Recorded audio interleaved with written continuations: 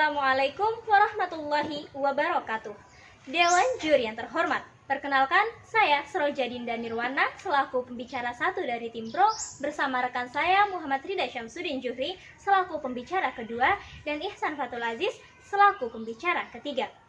Dewan Juri yang terhormat, COVID-19 merupakan wabah penyakit yang menyebar dan meresahkan dunia sejak tahun 2019.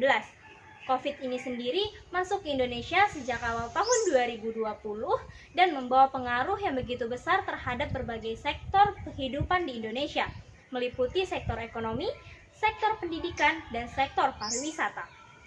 Sehingga pemerintah mengeluarkan berbagai macam kebijakan demi mengatasi permasalahan yang timbul akibat wabah COVID-19 ini. Beberapa kebijakan yang dikeluarkan juga meliputi untuk mengatasi permasalahan dalam sektor pendidikan. Salah satunya yaitu kebijakan pendidikan online di masa pandemi COVID-19, yaitu pendidikan atau belajar melalui media elektronik atau disebut juga dengan daring. Pemerintah sendiri mengeluarkan kebijakan ini melalui surat edaran Kemendikbud nomor 4 tahun 2020 tentang pelaksanaan kebijakan pendidikan di masa darurat COVID-19. Di mana isi dari surat edaran ini yaitu penghapusan atau peniadaan UN dan perintah untuk melaksanakan PJJ atau pembelajaran jarak jauh. Kemudian disusul dengan surat edaran Kemendikbud nomor 15 tahun 2020 tentang pedoman belajar dari rumah.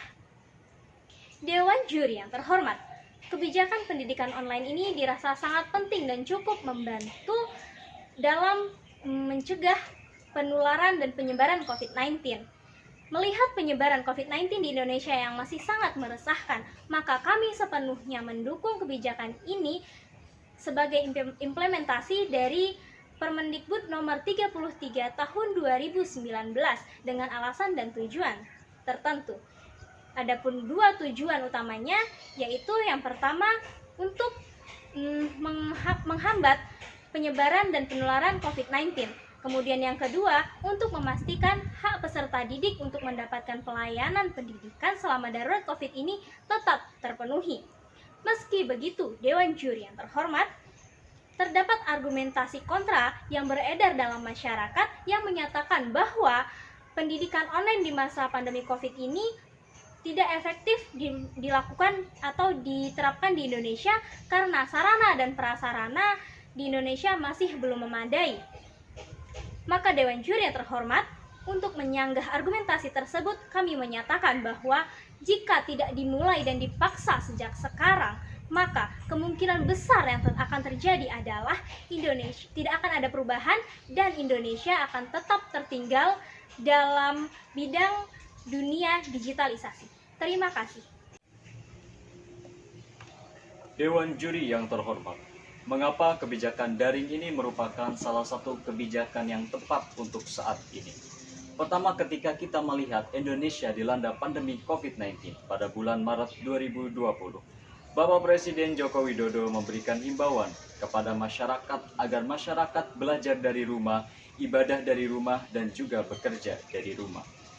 Kemudian hasil dari himbauan tersebut dilanjutkan dengan adanya rapat antara Presiden dengan menteri-menteri dan juga lembaga-lembaga lainnya. Sehingga hasil dari rapat tersebut, Kementerian Pendidikan dan Kebudayaan mengeluarkan surat edaran nomor 15 tahun 2020 tentang pedoman penyelenggaraan belajar dari rumah dalam masa darurat pandemi COVID-19. Landasan hukumnya adalah Permendikbud nomor 33 tahun 2019 tentang sistem pendidikan satuan aman bencana, di mana pandemi COVID-19 ini merupakan salah satu bencana, yaitu bencana non-alam. Surat edaran dan juga Permendikbud ini merupakan salah satu bentuk dari terrealisasinya Undang-Undang nomor 3 tahun 2003 pasal 31 tentang sistem pendidikan nasional, di mana tahun 2003 Indonesia sudah menerapkan sistem daring, yaitu melalui audio, video, dan juga televisi. Lalu mengapa kebijakan daring ini menjadi kebijakan yang sangat tepat? Pertama, kita perlu melihat bahwasanya masyarakat Indonesia itu masih banyak yang belum divaksin. masyarakat Indonesia atau penduduk Indonesia berjumlah 273 juta jiwa. Sedangkan Kementerian Kesehatan menargetkan sekitar 209 juta orang untuk divaksin.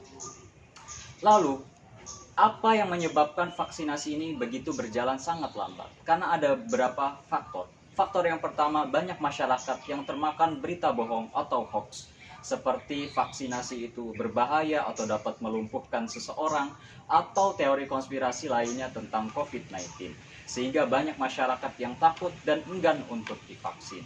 Sehingga pemerataan vaksinasi ini berjalan sangat lambat sekali.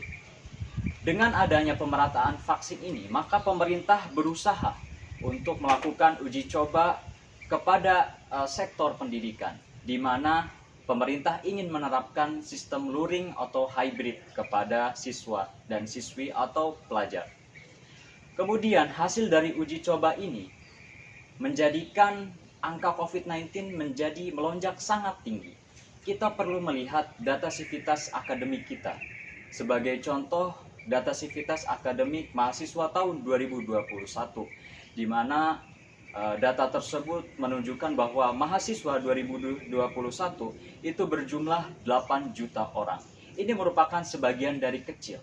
Apa yang terjadi jika semua data sivitas ini diterapkan secara luring, maka akan menimbulkan gelombang COVID-19 yang sangat besar dan sangat berisiko.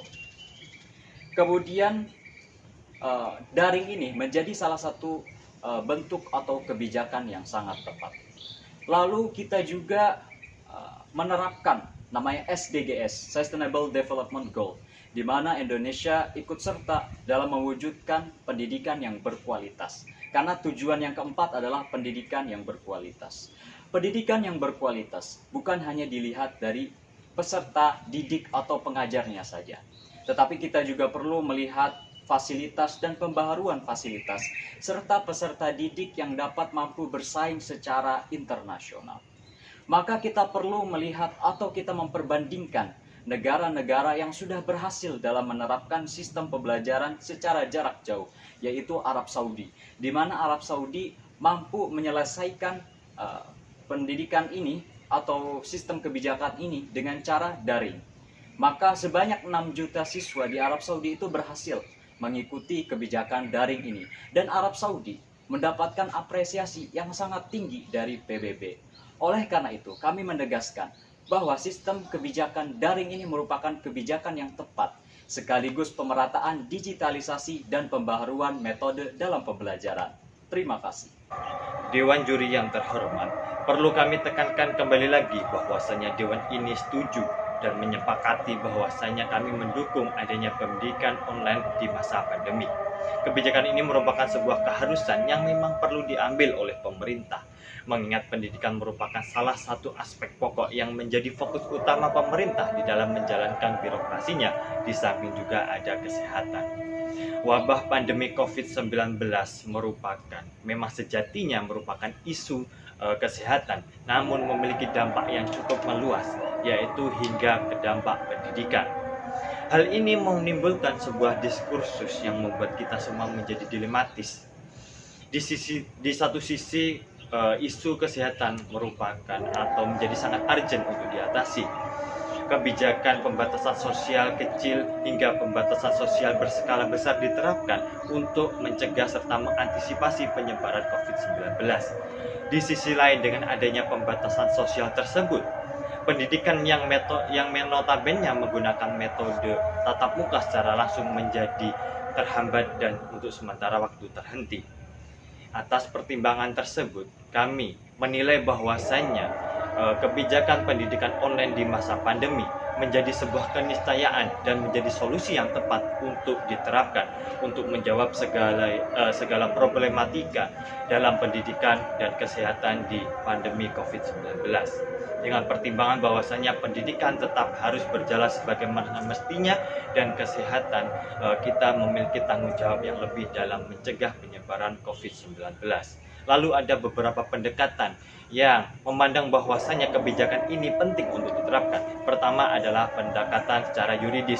Dalam konstitusi negara, Presiden memiliki wewenang untuk menjaga serta menjamin warga negaranya. dalam pasal 12 Undang-Undang Dasar 1945, Presiden berhak dalam menyatakan negara dalam keadaan bahaya. Ketika pada awal COVID-19, Presiden Joko Widodo menghimbau bahwasanya kepada masyarakat untuk menjalankan segala aktivitasnya di rumah saja dengan menghindari segala kontak fisik atau interaksi langsung dengan orang lain. Kemudian yang kedua ada pendekatan secara sosiologis. Pendekatan ini memandang bahwasanya pembelajaran secara daring lebih efektif daripada pembelajaran secara luring. Menurut studi kasus yang kita dapatkan dengan berbagai data yang kita dapatkan, ketika suatu instansi pendidikan melakukan pendidikan secara luring atau tatap muka secara langsung, hal tersebut meningkatkan penyebaran atau tingkat risiko penyebaran COVID-19. Lalu yang ketiga adalah secara pendekatan filosofis. Selain untuk menjaga atau mengantisipasi penyebaran COVID-19, kebijakan ini sebagai terobosan yang baru, inovasi yang baru dalam metode pendidikan, yang mana sebagaimana wujud sebagai pendidikan modern yang mana lebih dekat dengan digitalisasi, sekaligus juga mewujudkan Indonesia Emas tahun 2045. Dalam Sustainable Development Goal, salah satu tujuannya yaitu peningkatan kualitas pendidikan, dan salah satu kriterianya adalah penggunaan digitalisasi di dalam pendidikan. Atas hal tersebut, kami memandang dan kami setuju bahwa pendidikan online di masa pandemi merupakan suatu solusi yang tepat untuk diterapkan. Sekian dari kami, terima kasih. Wassalamualaikum warahmatullahi wabarakatuh.